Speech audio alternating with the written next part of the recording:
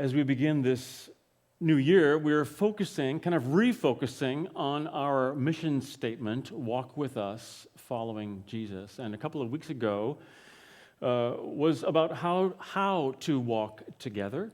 And then last week, Pastor Wade challenged us to expand our prayer lives, both inwardly and outwardly.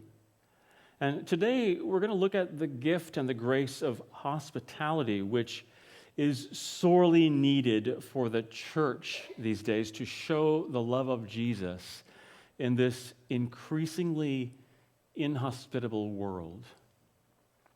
I remember a number of years ago, Laura and I were working in West Africa, the country of Côte d'Ivoire, and we were dorm parents we had a large dormitory at a Christian school that was primarily there for the children of missionaries, and we took care of we had a boys' wing and a girls' wing in this large dormitory, up to 28 kids at one time, and we had an assistant that worked with us and a couple of African workers as well, a couple of men who helped in the day-to-day operations of such a dormitory, but it was exhausting trying to keep up with that many kids in elementary and middle school.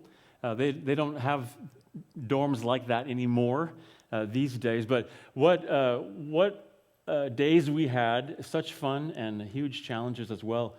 By the end of the year, we were exhausted, as you might guess, but in those days as well, the team of workers or missionaries of that country, they would gather at the end of the school, basically after graduation. They would then gather for about a week of conference where we would have business meetings and church services together and prayer times and meals together and so on. Well, the kicker was that those meetings happened at our school, and the workers, the missionaries, all came to our campus and they stayed in our dormitories. And so we would be saying goodbye to all of our kids one day, and about a day or day and a half later, we would be saying hello to some of those same kids and their parents as they were coming to live in our dorm and some of the other dorms on that campus for that week. That was a huge challenge. Trying to get our minds ready for that. In fact, we didn't do a good job with it. It was just a real hard thing to do because you're just exhausted, and then you have a whole bunch of people coming in with lots of expectations and so on. It came to the point one day where one of the old-time missionaries, they were settling into their room down the hall, and he came out and he said, "What's a guy got to do to get a hot shower around here?" And I restrained myself and went and fixed the water heater for him. But after 2 years of that or so, we said something's got to change. Something's got to change around here, and I think it needs to change maybe in us. And so Laura and I talked about how we would try to approach this whole situation with openness and some hospitality. And so that year, in preparation for that particular conference, we did more than just make the beds and help get everything ready. Laura made welcome baskets and welcome notes and baked cookies and so on, and we put out the red carpet for our friends and welcomed them into our home, and it made such a difference. It was no longer us versus them or whatever. It was just us gathering together in warm fellowship. So good. You know, Peter challenges in his letter, 1 Peter, challenges the saints to hospitality as he writes to people experiencing an unwelcoming world, not too much different from our own. Look at these verses on the screen as I read from 1 Peter chapter 4. "For the culmination of all things is near." Don't you feel that way these days? The culmination of all things is near. "So be self-controlled and sober-minded for the sake of prayer. Above all, keep your love for one another fervent, because love covers a multitude of sins. Show hospitality to one another without complaining." There it is, verse 9. "Just as each one has received a gift, use it to serve one another as good stewards of the varied grace of God. Whoever speaks, let it be with God's words. Whoever serves, do so with the strength that God supplies, so that in everything God will be glorified through Jesus Christ. To him belong the glory and the power forever and ever. Amen. I want to talk just for a few minutes about this idea that hospitality actually starts in the heart. Hospitality actually starts deep in the heart. Some have defined hospitality in this way: the friendly and generous reception and entertainment of guests, visitors, or strangers. Hospitality is an open-hearted, open-handed thing. Simply sharing what you have with someone in need. I remember Kurdish hospitality well. In our 6 years in Kurdistan, we found the Kurdish people to be so warm and welcoming, even after all the years that they've had in wars all around them. But such hospitality, Kurdish people wanting to invite us into their homes and always wanting to feed us and certainly give us tea. There's tea everywhere. They're always drinking tea together and so on. But even in the restaurants and little sandwich shops, you get served tea and so on. And we had an interesting experience. Our first couple of weeks there, we were just barely learning bits and pieces of the language, and we went to the little sandwich shop around the corner from where we lived, and it came time for us to pay for our food, and the guy said, so I was kind of motioning because I didn't know how to say it, but I was motioning that I wanted to pay, and he said, no. And I said, are you sure? Really? Come on. And so I tried to give him money again, and he refused again. And so I said, okay, well, I guess, thank you. Zorspas. We had learned Zorspas, which is thank you very much. And so Laura and I walked out and went home. Well, later that week, we were telling this story, telling what had happened to some of our teammates there, and they started laughing, and they said, you didn't pay for your food? And I said, well, he kept saying no, and I offered 2 times, and they said, well, you have to actually offer 3 times for them to actually accept your money. But just the idea of hospitality in the Kurdish culture extends to that level where they'll if they know you at all, they will refuse to pay.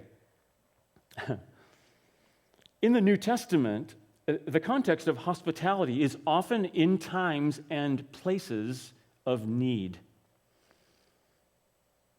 Entertaining travelers, strangers, as well as brothers and sisters. Paul talks about it when he mentions in Romans 12, in a list of things to be involved with, he says, share with the Lord's people who are in need, practice or pursue hospitality, is what he says in that verse.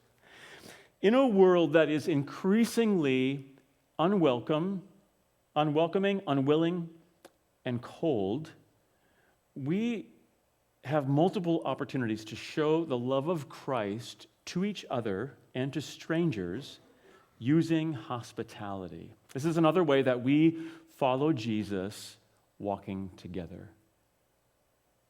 Hospitality starts in the heart.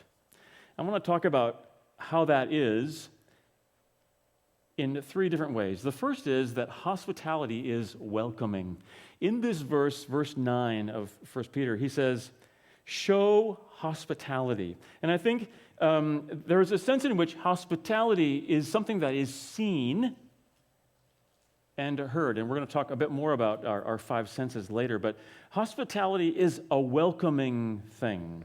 There's a great story in the Old Testament about this, the story of Abraham welcoming some visitors to his house. And I want to read this story and refresh our memories about it. God has showed up. Three men have come to visit Abraham. Genesis 18, 1-8. Listen to this story. The Lord appeared to Abraham by the oaks of Mamre while he was sitting at the entrance to his tent during the hottest time of the day. So imagine sitting on your porch at 3 p.m, August 1st. There's Abraham. It's the hottest part of the day. He's probably dozing there. Verse 2 says, Abraham looked up and saw 3 men standing across from him. When he saw them, he ran from the entrance of the tent to meet them and bowed low to the ground. He said, "My Lord, if I have found favor in your sight, do not pass by and leave your servant.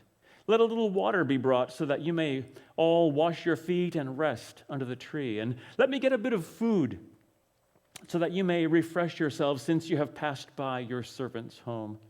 After that, you may be on your way." "All right," they replied. "You may do as you say." So Abraham hurried into the tent and said to Sarah, "Quick, take 3 measures of flour and knead it and make bread." Then Abraham ran to the herd and chose a fine, tender calf and gave it to a servant who quickly prepared it. Abraham then took some curds and milk along with the calf that had been prepared and placed the food before them. They ate while he was standing under a tree.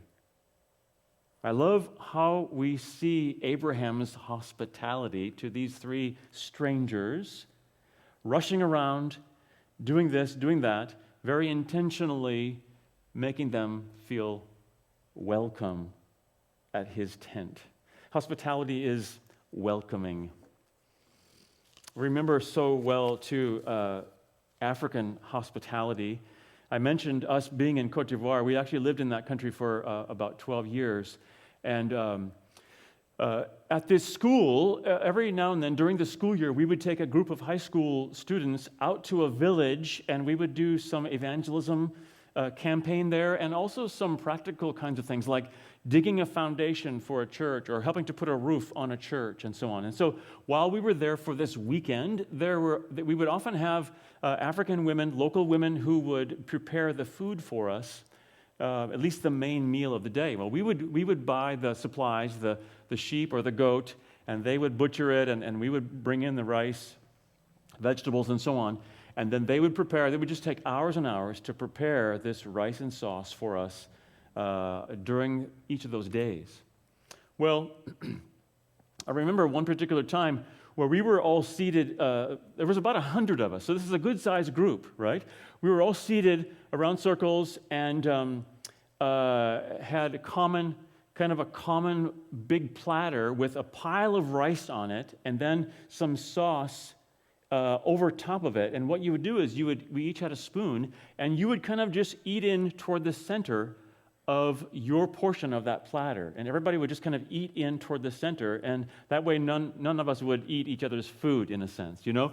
But I was looking at our platter, and I thought, you know, I know we bought a goat, and they butchered it and stuff, but I just don't see that much meat here. And I checked a couple of the huge platters, and I wasn't seeing much meat. It was mainly other parts of the animal. And I glanced over across the courtyard, and I saw the ladies eating there, and I thought to myself, I wonder if they kept the meat there, because they believe that the other parts of the animal are actually more of the delicacies and the best part, and so they gave us what they felt was the best part of the animal.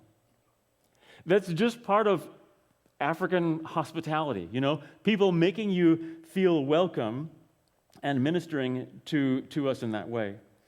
For us to take the first step of showing hospitality, our hearts need to be prepared. And so the question that comes to me is, how is your heart? How is my heart? Are we living open-hearted and open-handed?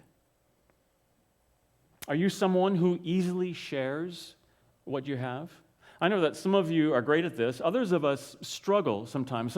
Sometimes we might say, but we don't really have anything to share. Well, what do you have in your hand or your cupboard right now? What are you eating? Just offer to share it. You might think, well, we don't really know anybody that well, so that seems awkward. Well, what about taking the risk of taking one step toward someone? Take that step and open up just a little bit, and then watch what God will do. I know some feel like it just takes too much time to be hospitable. It just takes so much time, and our schedules are so full.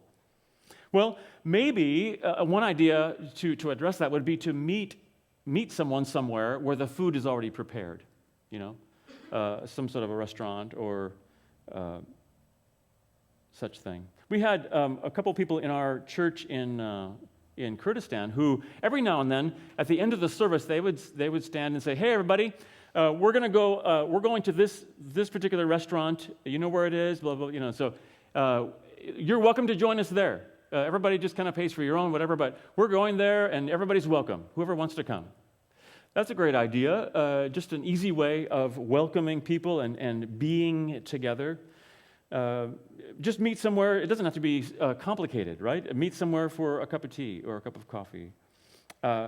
Surely, each of us could perhaps fit 30 minutes or 60 minutes into our week to be welcoming. But what it really takes is a heart checkup before that all happens. A heart checkup. Ask God to search my heart and be bringing the health and the healing that I need so that I can live in an open way, in a hospitable way, in a welcoming way. Because hospitality really starts in the heart. It's welcoming, and then hospitality is also warm. It's warm. And this is similar to being welcoming, but it's just a little bit different because Peter says, show hospitality to one another, he says. Show hospitality to one another. So he's here addressing the body of Christ. He's addressing the church, I believe. But this warmth that he's talking about, that I'm talking about, actually is the kind of warmth between us that kind of engages our various senses. Hospitality needs to be heard and seen. I'm talking about body language and vocal tone and the words that we choose, the way that we welcome each other. Some of you remember the old Motel 6 ad on TV? Tom Bodett, "We're Motel 6 and we'll leave the light on for you." Kind of a folksy, homey, hey, Tom's there waiting for us at the back porch, go on over to Motel 6. But it would have been totally different, right? And they wouldn't have been nearly as successful if that same guy, I don't know if his name was really Tom Bodett, but maybe it was, if Tom said, "Hey, if you need a place to stay, we could maybe accommodate you, I don't know." Not quite the same effect, right, in the warmth category.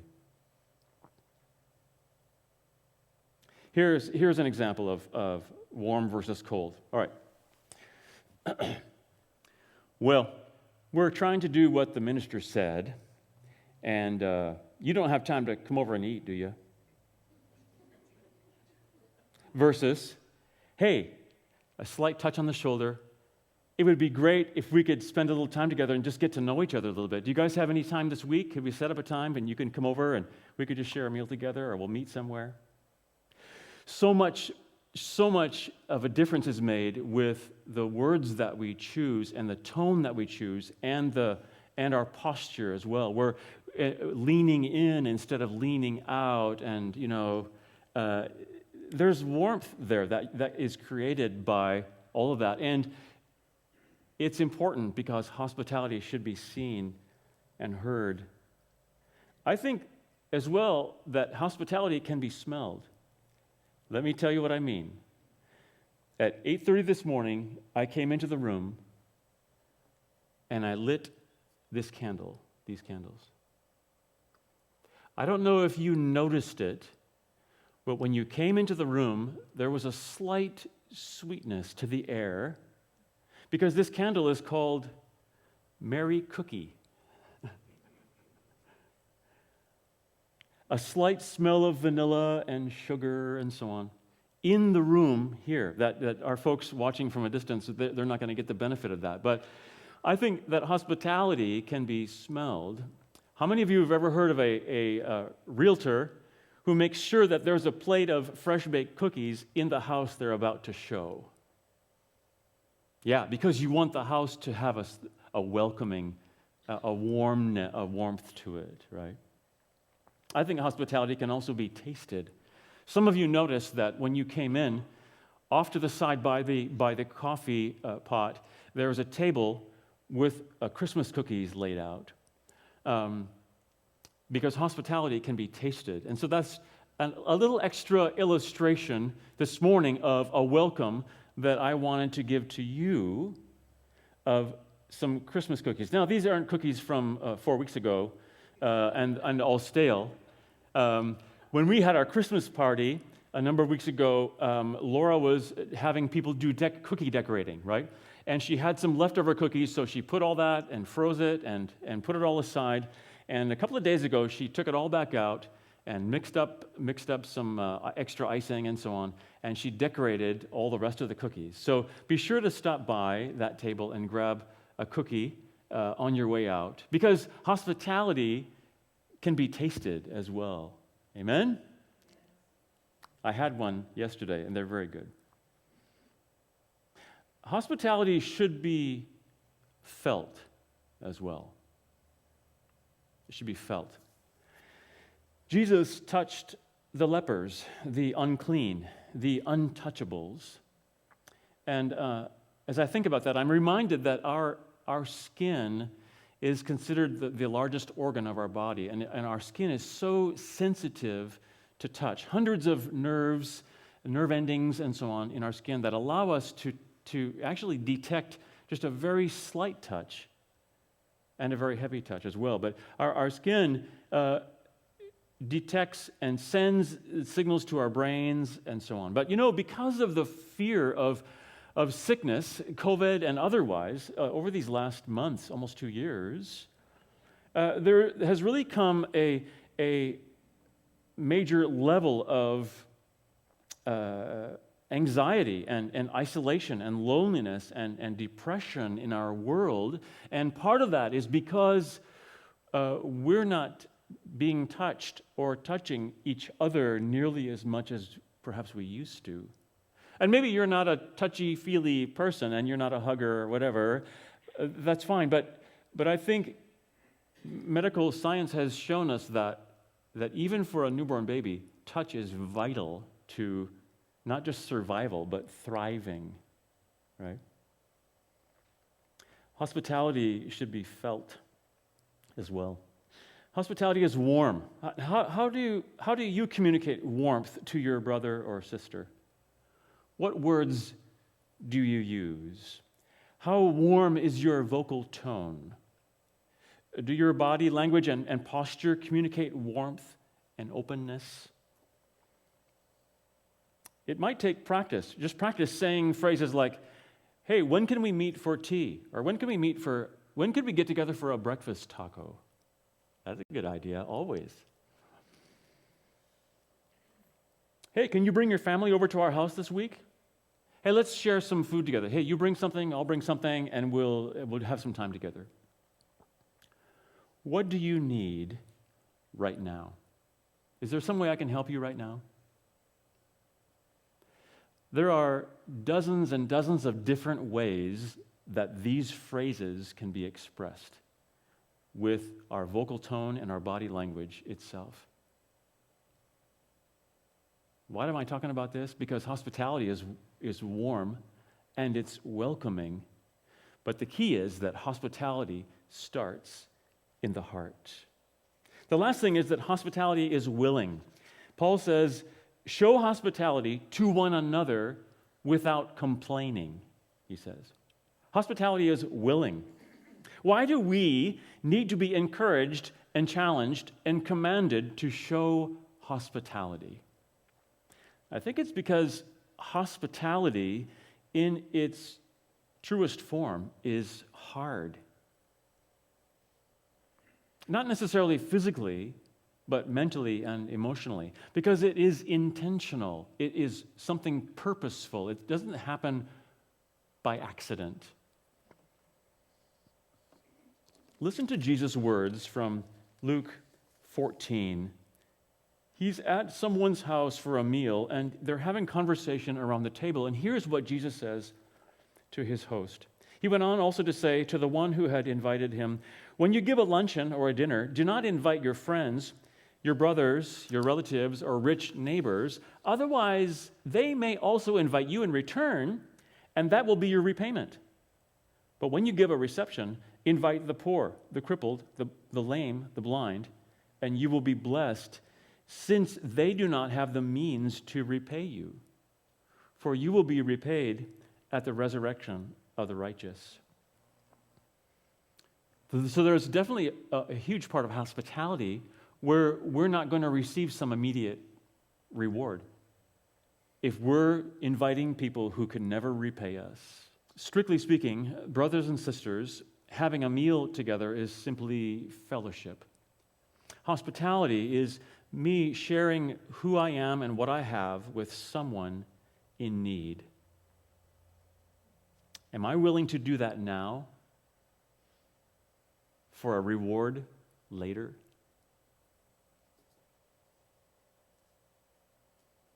One more story as we come to an end. In 1 Samuel 25, we read about an event that happened with David before he became King David. Some of you may recall that he had been anointed king, but Saul was still the king, and he spent a long time on the run from Saul, and he had gathered around him a band of 400 or so guys who they kind of moved around the countryside trying to stay away from Saul. Well, there was a part of that time where he was looking out for the flocks of a man named Nabal. And he was looking after the flocks and herds of Nabal. And when the time came for shearing and butchering that year, David said, he sent 10 of his young men to Nabal to ask Nabal if he would be willing to share some of the feast. It was time to feast. They were butchering and having a great party. And so these 10 young men, they went to Nabal to suggest that David be included in the feast and that Nabal could share some of the prosperity that they had known. Well, Nabal didn't respond well. He was a very difficult, very hard man, and he basically just said, "Who's David? I have no idea who David. There's lots of young rebels roaming the countryside. I don't know who this David is. Get out of here." And so these guys come back to David and they report what Nabal has said. And David says, "Get a rope." He says, "Get your swords. We're going to Nabal's house." And basically he vows that by the next morning, there isn't going to be any males left at Nabal's house. He's going to attack Nabal's house. Well, in the meantime, Abigail, who is a beautiful, intelligent woman, and she's Nabal's wife, and that's we don't know how all that got worked out, but marriages were arranged in those days, of course. She finds out from one of the servants what has happened, and that Nabal has said this, and surely there's going to be trouble coming. You've got to do something. And so very quickly she springs into action, and she gathers 200 loaves of, they're having a party, right? She gets 200 loaves of bread, a couple of jugs of wine, and clusters of dates and raisins, and some, I think, 4 dressed sheep, and she loads up the donkeys, and she heads off to meet David, hoping she can catch him before he does something he's going to regret. And sure enough, she runs into David and his men, and she gets down from her donkey, and she falls down on her face, and she, with words of warmth and welcome and apology and grace, she turns aside the anger that was going to cause such destruction. She really is a humongous example of hospitality, even though she wasn't even at her house, but she was offering what she could to David and his men, and she saved a whole bunch of lives that day. It happened that her husband, Nabal, passed away just over 2 weeks later. And after her time of mourning was done, David had been so impressed by her grace and wisdom and beauty that he sent word to her and asked her to be his wife. Well, it's an amazing story of hospitality in the middle of a very, very difficult situation. Hospitality is willing, undivided heart willing. And I would encourage you and encourage myself to not go it alone, but to get your family involved with hospitality. Get friends involved with hospitality. Don't simply take on something yourself, because we very quickly find our hearts closing up. But instead, team up with one another to show some hospitality to others. Do it not out of obligation. If you're going to do hospitality out of obligation, it would be better to not do hospitality. Yeah. But instead, do it out of joy. Do it out of His joy, because the joy of the Lord is our strength. Do it intentionally. Do it on purpose. The purpose of bringing others closer to Jesus. And my prayer is that may His Spirit infuse our hospitality so that it is genuinely welcoming and warm and willing. Hospitality starts in the heart. And it's a big part of who we are as followers of Jesus. Jesus in us and working through us as we walk together following Him. Let's pray together.